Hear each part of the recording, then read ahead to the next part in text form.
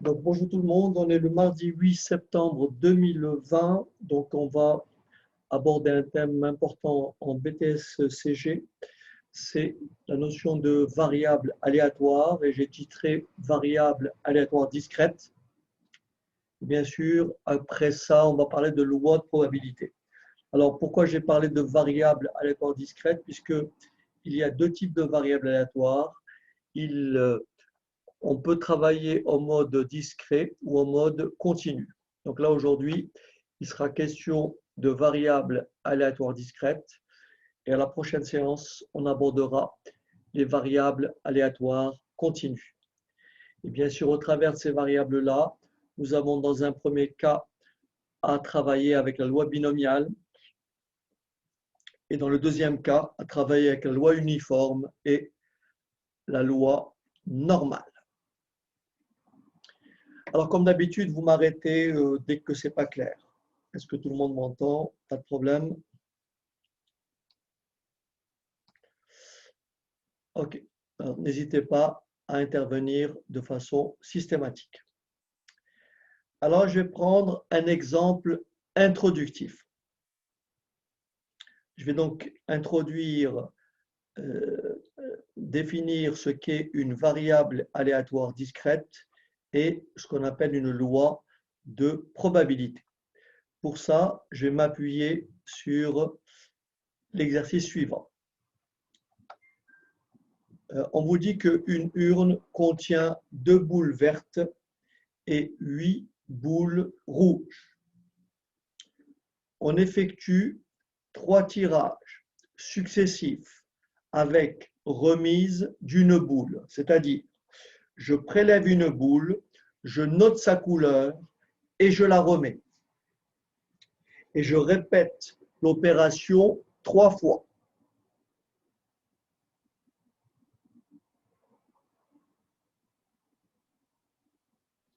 Ben, très bien, Manon. Si vous avez déjà fait ça, donc vous pouvez y répondre rapidement. D'accord? OK, Manon? On va vérifier. OK. Alors, on effectue donc 3 tirages successifs avec remise d'une boule. La boule verte, elle rapporte 3 € et la boule rouge fait perdre 2 €. J'appelle grand X la variable aléatoire qui associe le gain du joueur.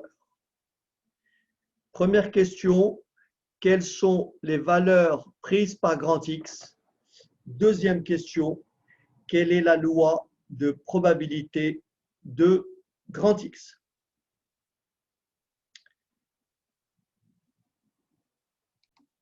Donc l'opération ici consiste, donc au départ on a une urne qui contient 10 boules, n'est-ce pas? Et on effectue 3 tirages successifs avec remise d'une boule. On tire une boule et on la remet, on tire une deuxième, on la remet, et on tire une troisième, on la remet. D'accord? C'est ça, Modibo. Et on me dit, j'appelle grand X la variable aléatoire qui associe le gain du joueur. Et donc la première question, quelles sont les valeurs prises par grand X?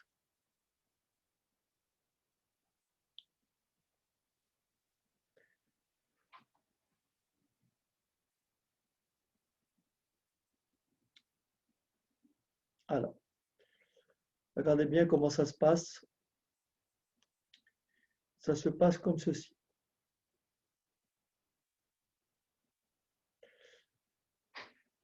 Ça se passe comme ceci.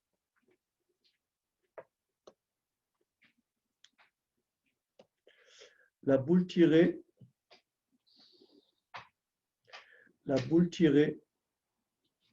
soit elle est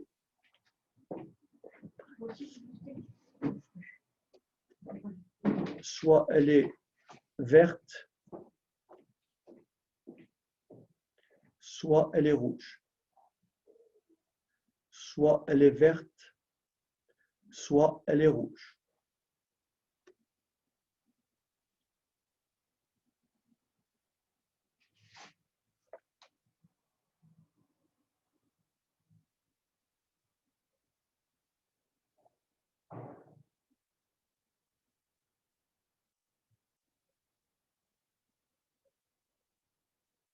Donc la boule tirée, soit elle est verte, soit elle est rouge.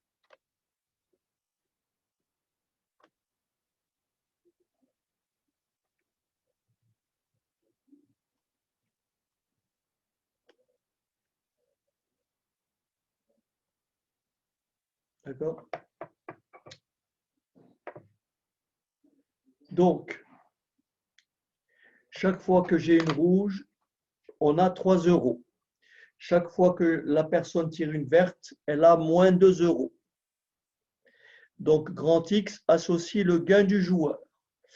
Quels sont les gains possibles alors, dans ce cas-là?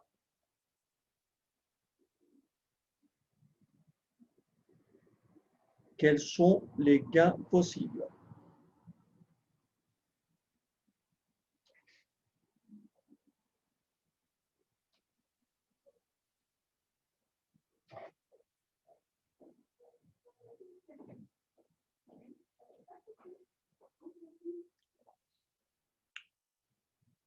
Alors, on va définir donc la notion de variable aléatoire. Ça marche comme ça. Vous avez d'abord ce qu'on appelle l'ensemble de départ, qu'on appelle l'univers. Donc là, ce que je représente, c'est l'univers oméga. Là, c'est l'univers oméga. Et là, je représente les valeurs prises par grand X. Donc, au départ, j'ai ici oméga, l'ensemble des résultats possibles. Et là, j'ai l'ensemble des nombres réels.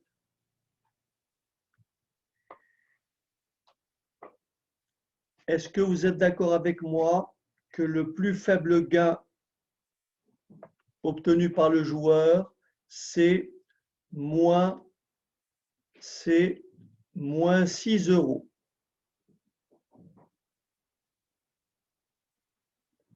Pourquoi moins 6 euros?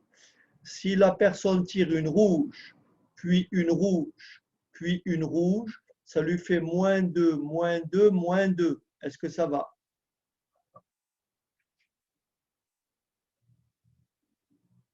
Ensuite, quels sont les gains possibles après? Ça lui fait moins 4 plus 3, oui ou non? Donc, moins 1. Ensuite, qu'est-ce que ça lui fait comme gain?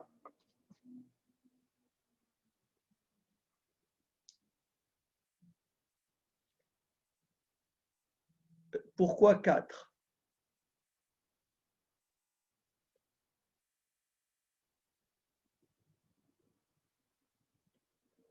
Comment moins 4?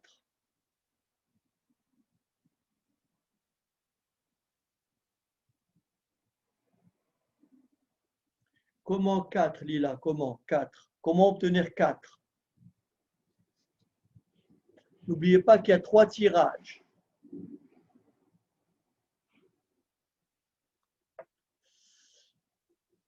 Est-ce que vous êtes d'accord avec moi que je peux avoir 3 rouges, 2 rouges, une blanche, une rouge, 2 blanches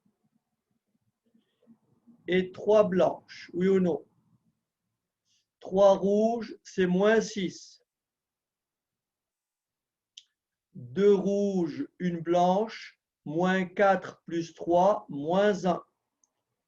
Une rouge, moins 3, 2 blanches, 4, 4, moins 3, plus 1. Est-ce que ça va? Et enfin, 3 blanches, 3 rouges. Qu'est-ce que j'ai dit? Rouge et vert. Je corrige. C'est pas blanc, mais c'est vert. Alors, deux rouges, une verte, une rouge, deux vertes et trois vertes. Oh, je me suis trompé. En fait, c'est des rouges, c'est des blancs, c'est des vertes. Eh bien, trois vertes, ça fait plus 6. Est-ce que ça va?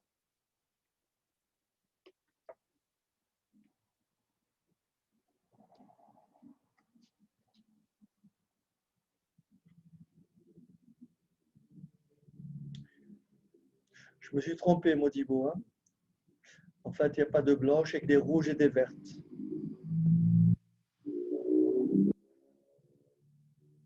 Tout le monde a compris que les valeurs prises par grand X, c'est moins 6, moins 1, plus 1 et 6. Est-ce que ça va? Donc, pour avoir moins 6, c'est rouge, rouge, rouge. Pour avoir moins 1, c'est rouge, rouge, vert, rouge, vert, rouge, vert, rouge, rouge. Une verte et deux rouges. Je peux avoir deux vertes et une rouge.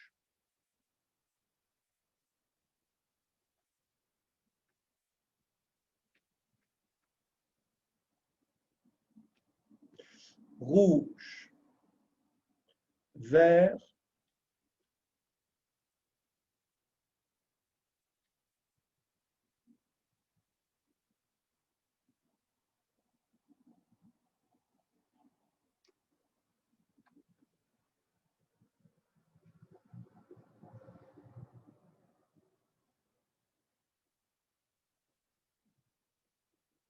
et enfin vert, vert, vert. Nous avons donc une relation, une application de oméga dans R. Et voilà, et voilà, et voilà. Bien sûr, ici, ici,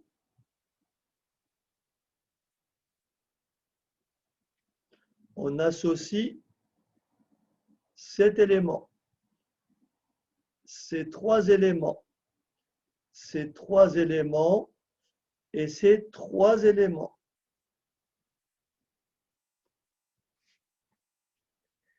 Il n'y a pas de plus 4. Comment avoir plus 4? Comment? Comment avoir plus 4? Ah oui, deux verts,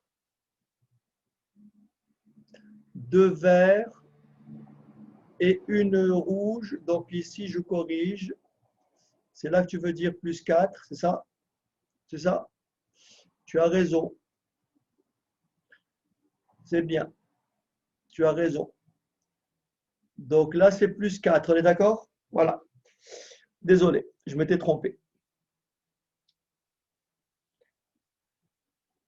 Est-ce que tout le monde est d'accord avec ça?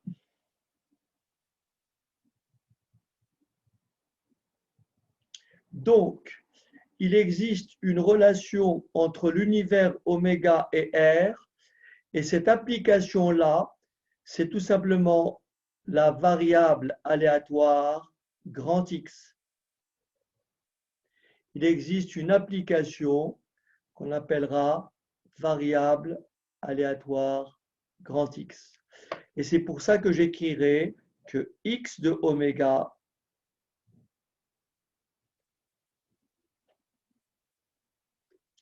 ouais, je me suis trompé parce que j'ai confondu. J'ai mis en fait plus 2 et j'ai mis moins 3. J'ai fait une erreur.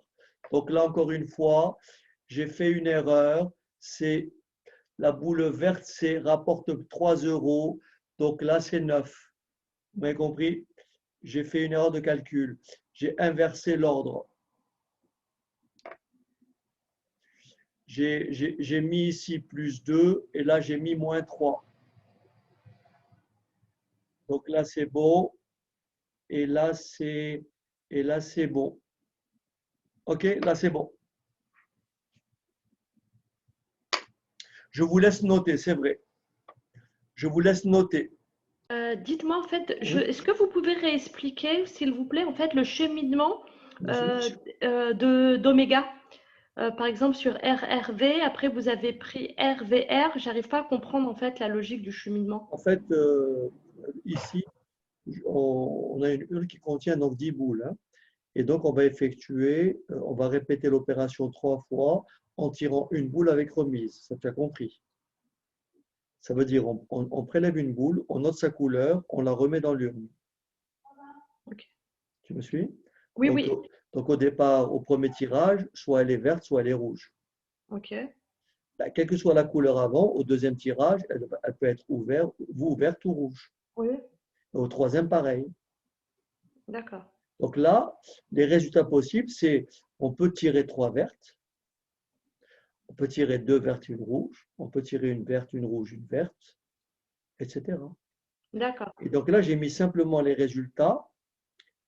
Pour avoir moins 6, il faut avoir 3 rouges. D'accord. Alors vous avez commencé par rouge, rouge, rouge. Voilà. Ensuite, vous avez pris rouge, rouge, verte. Vous J'ai avez pris commencé deux. par le. En fait j'ai pris, si je raisonne avec les rouges, j'ai fait 3 rouges, 2 rouges, une rouge, 0 rouge. Ah, ok, c'est bon, ça marche, c'est bon. Ou alors avec les vertes, 3 vertes, 2 vertes, une verte, 0 verte. C'est comme tu veux. Ok, ok, c'est bon, ça marche. Merci beaucoup.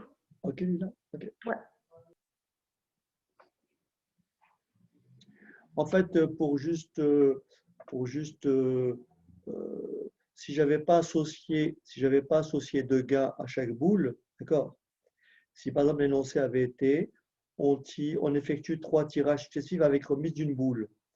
Et si j'avais dit soit grand X, la variable aléatoire, par exemple, si j'avais dit associant, associant le nombre, le nombre de boules rouges tirées, d'accord? Le nombre de boules rouges tirées. Et ben là, à la place de moins 6, j'aurais mis 3, parce qu'il y a 3 rouges. Parce que X associe le nombre de boules rouges. À la place de moins 1, j'aurais mis combien? Ben 2. À la place de plus 4, j'aurais mis quoi? 1. Et à la place de 9, j'aurais mis combien? 0. Est-ce que ça va? Si on avait associé le nombre de boules rouges. Mais si on avait associé le nombre de boules vertes, ici j'aurais mis 0, ici j'aurais mis 1, ici j'aurais mis 2 et ici j'aurais mis 3. Est-ce que c'est clair?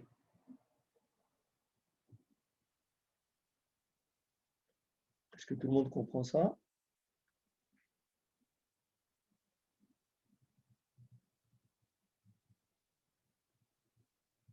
Ok, très bien.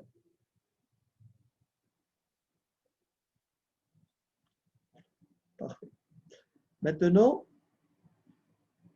j'insiste là-dessus, dans le mot variable aléatoire, dans le mot variable aléatoire, une variable aléatoire, c'est tout simplement une application qui a tout élément de l'univers oméga, qui a tout élément de l'ensemble de départ qui est l'ensemble des résultats possibles qu'on appelle aussi l'univers.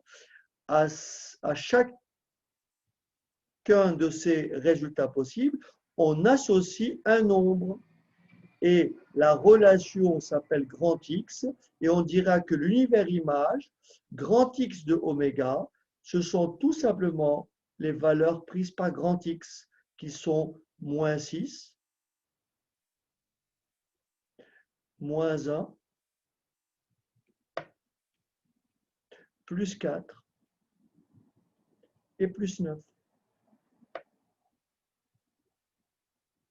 Est-ce que ça va?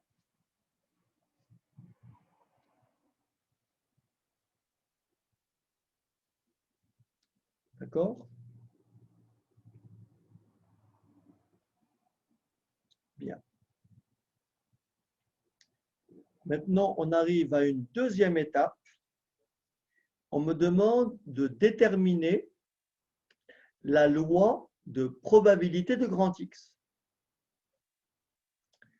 Voilà comment on va définir la loi de probabilité de grand X. Et d'abord, comment on va définir ce qu'est une variable aléatoire. On va dire que la variable aléatoire est une application de l'univers oméga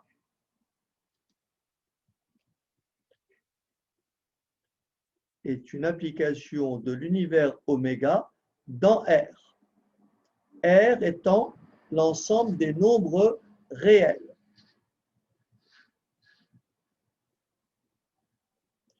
Et qu'est-ce qu'on appelle une loi de probabilité? La loi de probabilité de grand X. La loi de probabilité de grand X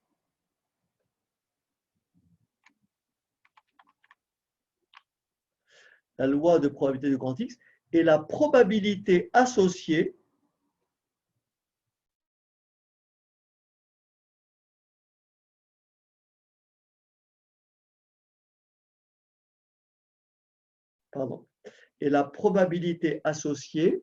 à chacune des valeurs prises par grand X.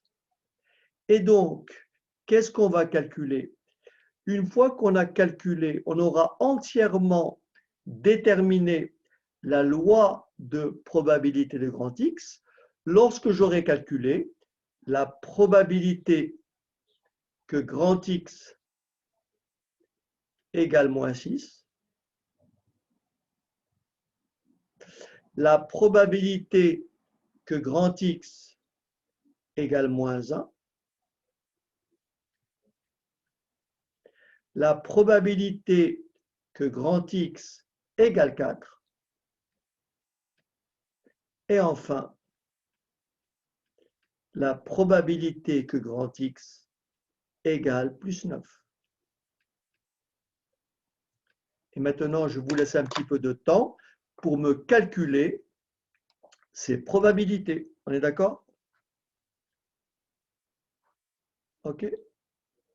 Je vous laisse un peu de temps pour me calculer chacune de ces probabilités. Allez-y.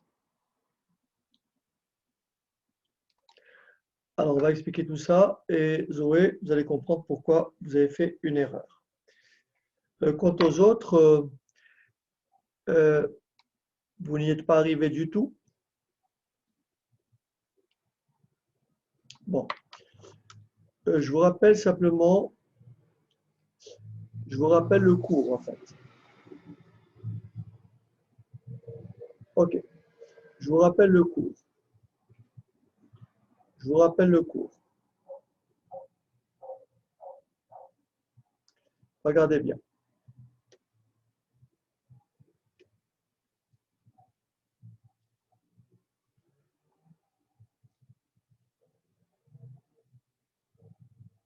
Ah. Alors, je rappelle le cours. Les événements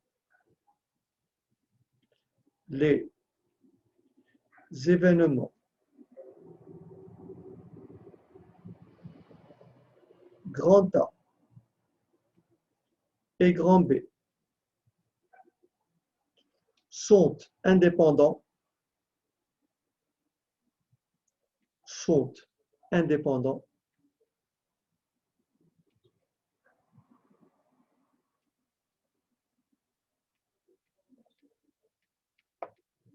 si et seulement si et seulement si la probabilité de A inter B est égale à la probabilité de A multipliée par la probabilité de B. Concrètement, ça veut dire, si A et B sont indépendants, alors P de A inter B égale P de A fois P de B. Réciproquement, si P de A inter B égale P de A fois P de B, alors les événements A et B sont indépendants. Ici, la probabilité que la boule tirée soit verte, la probabilité que la boule tirée soit verte est égale à combien? À 2 sur 10, c'est-à-dire à 0,2. Est-ce que ça va? Et la probabilité qu'elle soit rouge, puisqu'il y a 8 rouges, et comme c'est l'événement contraire, c'est 1 moins 0,2 ou bien 8 sur 10, ce qui fait 0,8. Est-ce que ça va? Vous m'arrêtez si ce n'est pas clair. Donc, si je regarde mon arbre ici, cette probabilité-là, c'est 0,2. Et celle-ci, c'est 0,8. Celle-ci, c'est 0,2, puisque la boule tirée, on la remet dans l'urne. Donc, la probabilité qu'elle soit verte au second tirage, c'est aussi 0,2.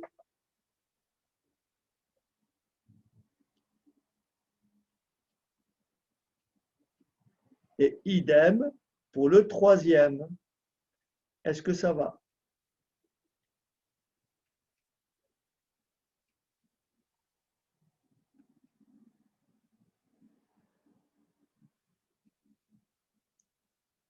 Très bien.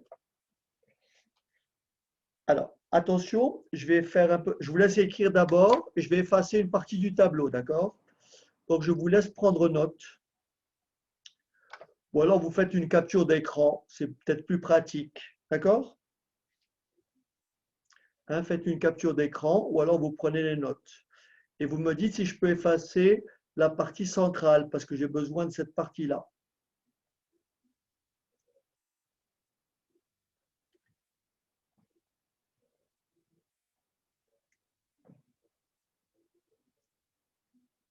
Est-ce que ça va? Je peux effacer? Oui. Bien. Alors, regardez bien. Je vais donc effacer ici.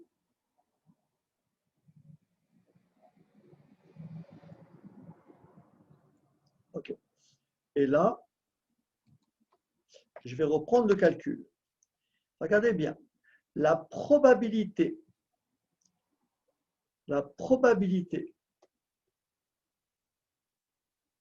que x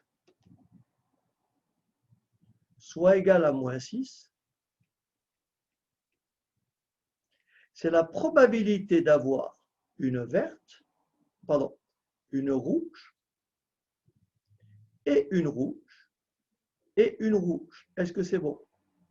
Donc, c'est la probabilité d'avoir une rouge, P de R, que multiplie P de R, que multiplie P de R. Puisque là, j'ai trois événements indépendants, ce qui me donne 0,8 au cube. Est-ce que ça va?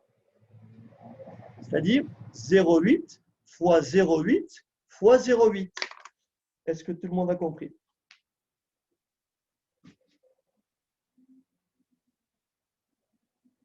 Et donc, Zoé nous a dit que ça faisait combien? 0,512. C'est ça, Zoé?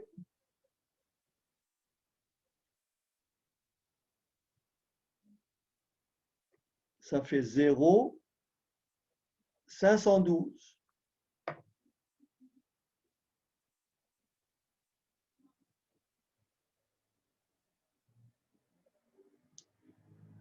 Donc, le plus facile à faire, vous avez donc compris, le plus facile à faire, c'est P de X égale combien? C'est P de X égale combien le plus facile? P de X égale plus 9. Est-ce que ça va? Est-ce que tout le monde voit que P de X égale plus 9, c'est quoi 9? C'est avoir une verte et une verte et une verte, oui ou non?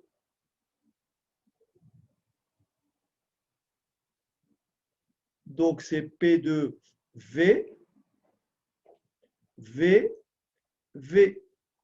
C'est-à-dire la probabilité que la première tirée soit verte, pareil pour la seconde, la deuxième, et pareil pour la troisième. Ce qui me donne 0,2 au cube. Ce qui fait du 0,008. Est-ce que ça va?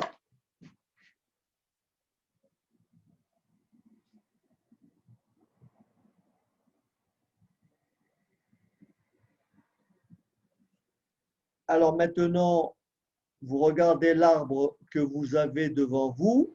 Je vous laisse quelques minutes pour me calculer P de X. Je vous laisse quelques minutes pour me calculer P de X égale moins 1 et P de X égale plus 4. Allez-y.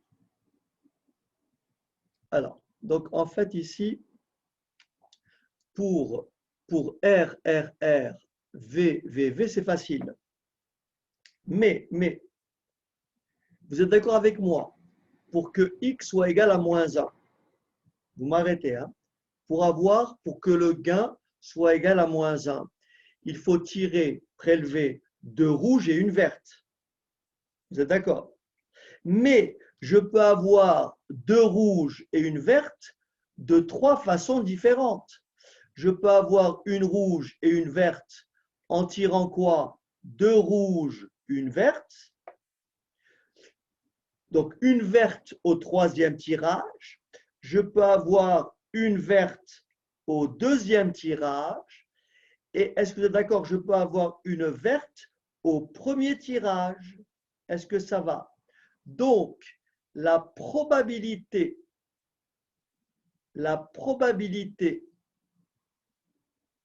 je vous corrige Manon, je vous corrige. La probabilité que X égale plus 4, moins 1. Est-ce que vous êtes d'accord que c'est la probabilité d'avoir rouge, rouge, verte ou, donc plus la probabilité d'avoir vert, rouge, rouge, rouge, vert, rouge, ou bien plus la probabilité d'avoir vert, rouge, rouge. Est-ce que ça va? En fait, la verte, on peut la voir en première position. La verte, on peut la voir en première position. On peut la voir en deuxième position. Et on peut la voir en troisième position. Est-ce que vous avez compris? Il y a trois possibilités. Est-ce que ça va? Mais dans votre cas, vous n'avez envisagé, et même Zoé a fait la même chose, vous n'avez envisagé qu'une possibilité. D'accord? Alors je vais... Ah non, Manon. Ah non. Ah non. C'est une loi de probabilité. Il faut calculer la probabilité de gagner moins 1. La probabilité de gagner moins 1, c'est ça, plus ça, plus ça. Eh oui. Voilà, c'est ce qu'on va faire. Alors, je vais donc libérer un peu le tableau. Je vais libérer le tableau, si vous permettez.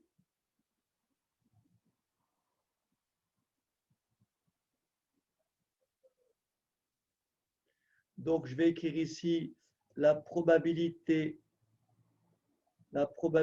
que le gain soit égal à -1. C'est tout simplement 0,08 au carré fois 0,2 plus 0,8 au carré fois 0,2 plus 0,8 au carré fois 0,2, car la multiplication est une opération commutative. Est-ce que vous m'avez compris? Ça veut dire que la probabilité d'avoir -1, c'est exactement ce que vous avez trouvé, mais il fallait le multiplier par 3. Est-ce que ça va?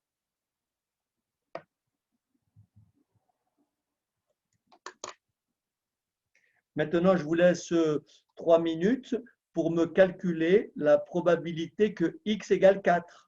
Allez-y. Vous devez y arriver cette fois-ci. Est-ce que quelqu'un peut me dire combien ça fait exactement ce résultat? Combien ça fait exactement? Donnez-moi toutes les valeurs. Hein. Est-ce que vous m'avez donné toutes les décimales? C'est ça? OK. Allez-y. Calculez maintenant la probabilité que x égale 4. Allez-y. Erreur. Donc, c'est la probabilité que x égale -1 qui est égal à, je corrige, qui est égal à 0,384, c'est ça? Ok, merci Yanis. Ok. 0,384.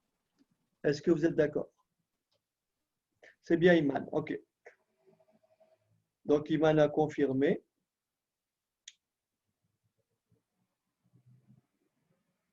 Oui, Lila.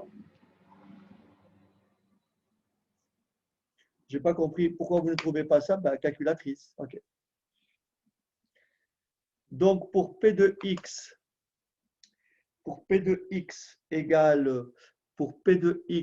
égale, égale plus 4, n'est-ce pas? Je vais donc effacer ici.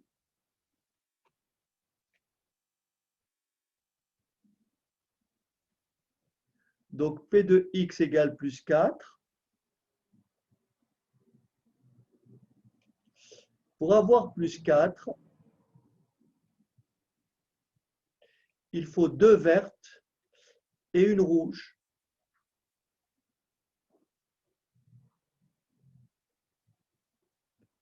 Donc, une rouge au premier ou une rouge au second ou une rouge au troisième. Est-ce que ça va? Ce qui me donne encore une fois, c'est la même probabilité que l'on répète combien de fois? 3 fois.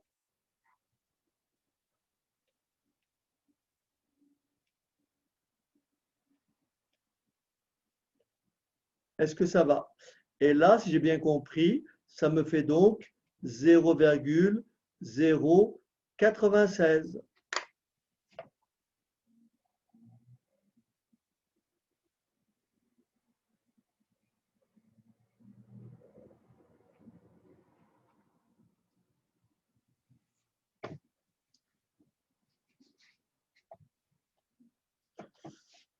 Est-ce qu'on est d'accord?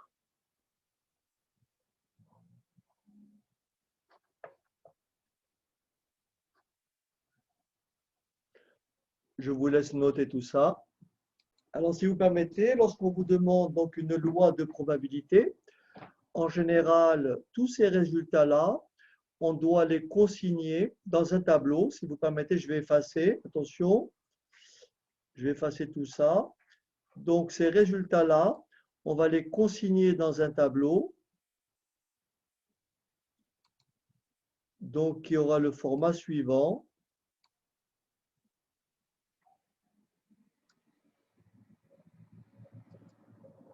Donc ici, on va noter les probabilités, les valeurs prises par X. Donc on a dit quelle valeur moins 9, moins 1,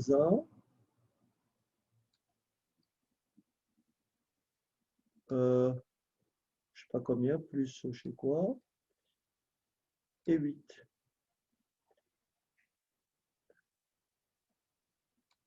Et 6. Alors, les valeurs, donc ici je vais écrire xi, p de i, pardon, je vais écrire ici xi,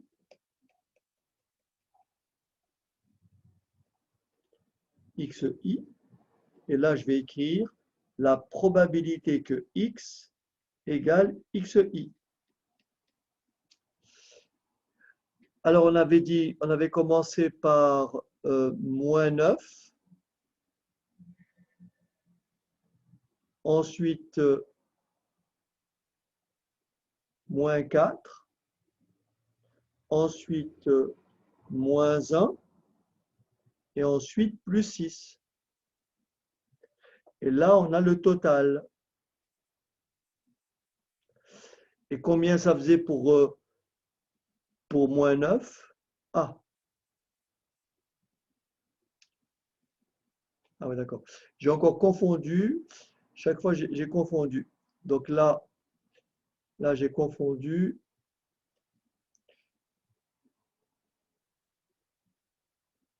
Allez. Donc, c'est moins 6, moins 6, moins 4, donc c'est moins 1. Ensuite, 6, moins 2, plus 4, et plus 9. C'est ça? Voilà. Alors, pour moins 6, c'est combien?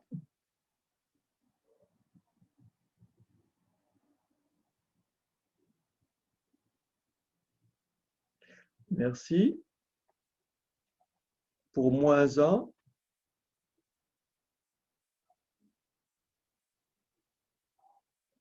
OK. Pour plus 4,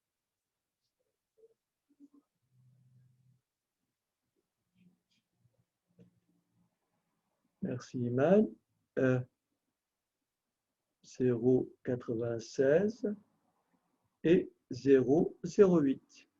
Et pour être sûr de notre résultat, il faut toujours que la somme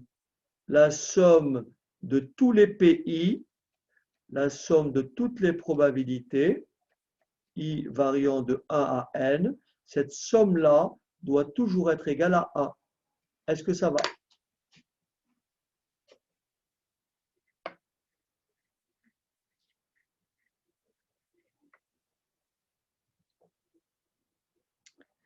Alors j'en profite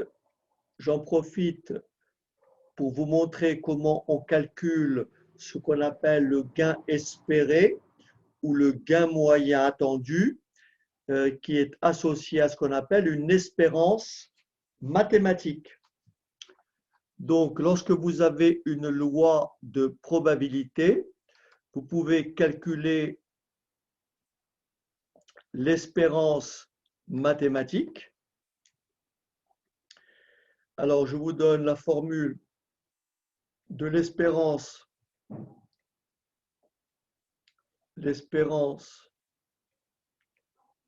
mathématique qui correspond à une moyenne. Donc, dans notre exemple, ça sera un gain moyen attendu ou espéré. Et donc, l'espérance mathématique de grand X, c'est tout simplement la somme des xi, pi. Donc, pour trouver l'espérance mathématique, qu'est-ce que vous faites? Vous rajoutez une case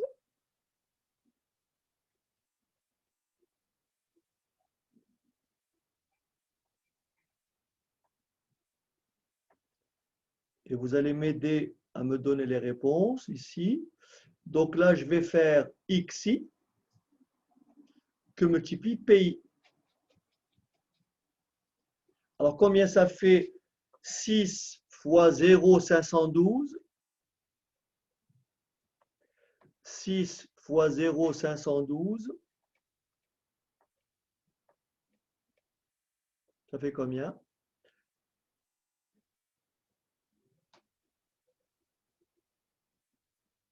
Donc, ça fois ça.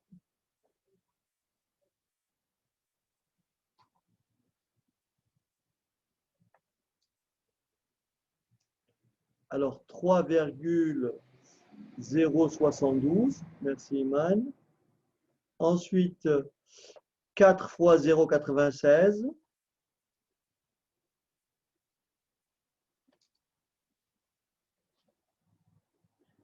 4 fois 0,96. 0,384. Et enfin, donc 72. Et je rajoute donc 1, 2, 3. Et ça fait ça. D'accord?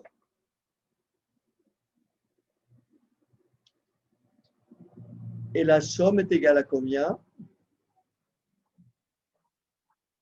Et la somme est égale à combien?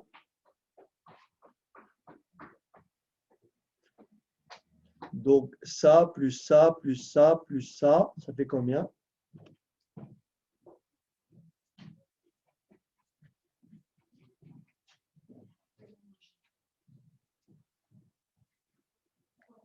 Autrement dit, ça plus ça, en fait. Ça fait moins 3, c'est ça? Est-ce que vous confirmez le moins 3? Voilà. Ce qui veut dire qu'à ce jeu-là, l'espérance de gain est comment? Négative. Autrement dit, ce jeu-là n'est pas profitable pour le joueur.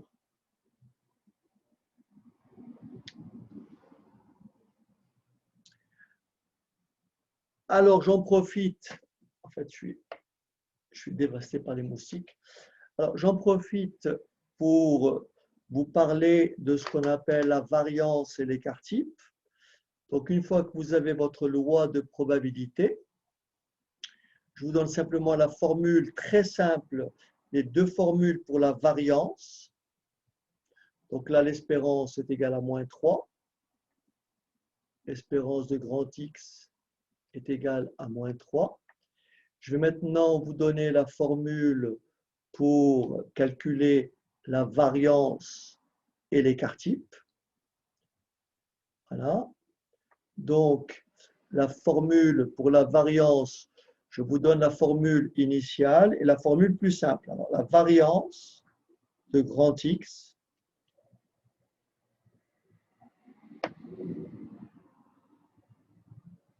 qui s'écrit V de grand X, c'est la somme des PI XI moins l'espérance de X, le tout au carré. Il existe une formule beaucoup plus simple.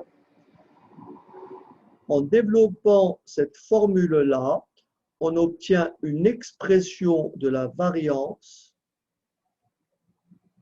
qui est beaucoup plus facile à manipuler, moins l'espérance de grand X, le tout au carré.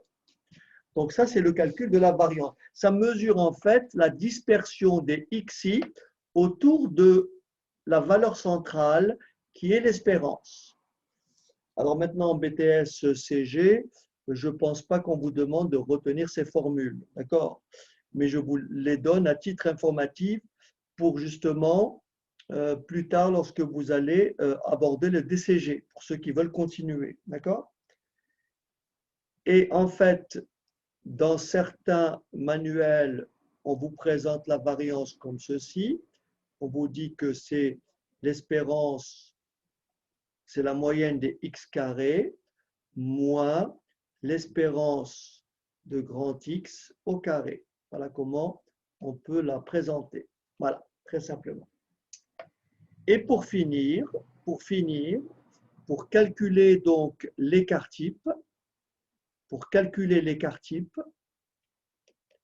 donc l'écart type, c'est tout simplement l'écart type de grand X, c'est tout simplement la racine carrée de la variance.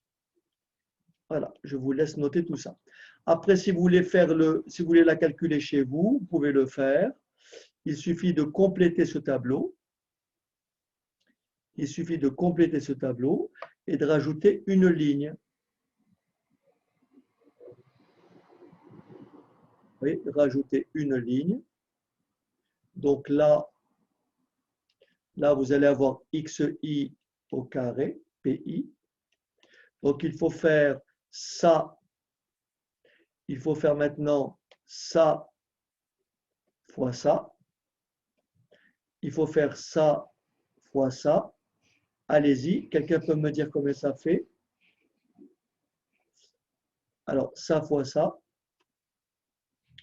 On va les calculer dans ce cas-là, hein, on va finir. Donc, moins 6 fois moins 3, 0,112, ça fait combien? Donc, ça fait plus.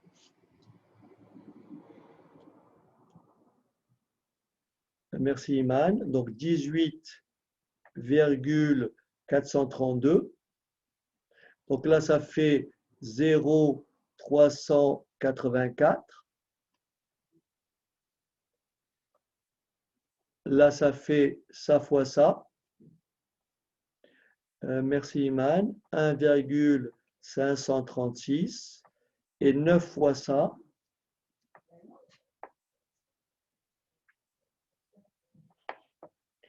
Merci Iman. Et si vous voulez bien, si tu veux bien me faire la somme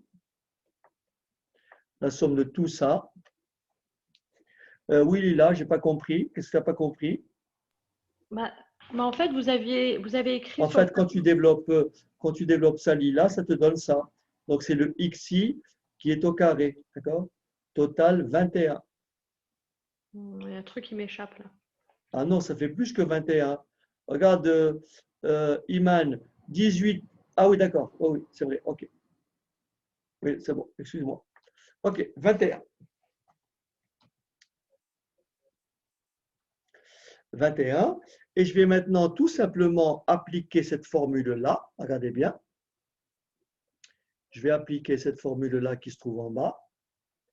Et donc, ma variance, c'est tout simplement quoi? C'est la somme des PIXI carré, 21, moins l'espérance de X au carré, moins 3 au carré.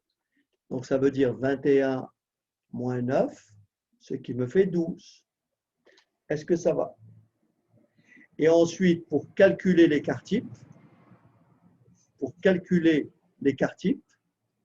je n'ai qu'à faire la racine carrée de 12. Et ça fait combien la racine carrée de 12? Ça fait 2 racines carrées de 3. Et ça fait combien à peu près? Racine carrée de 12.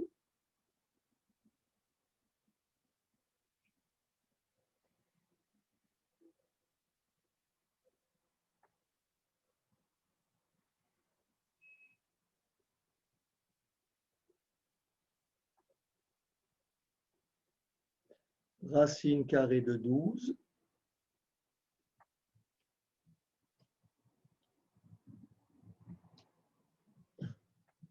Alors, je vais prendre ma calculatrice, peut-être.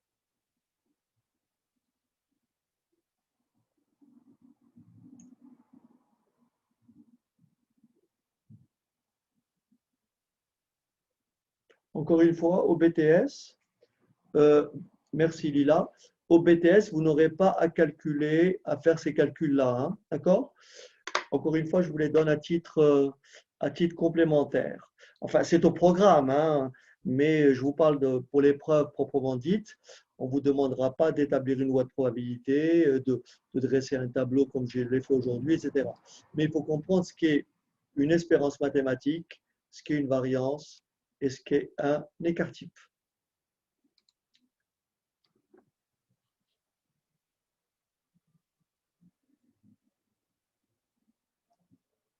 OK? Est-ce que tout le monde a à peu près compris? Voilà, donc ainsi s'achève notre séance sur les lois de probabilité, donc variable aléatoire discrète. On abordera après une variable aléatoire continue pour expliquer un peu, voir un peu quelle est la différence. Bonne soirée à tous.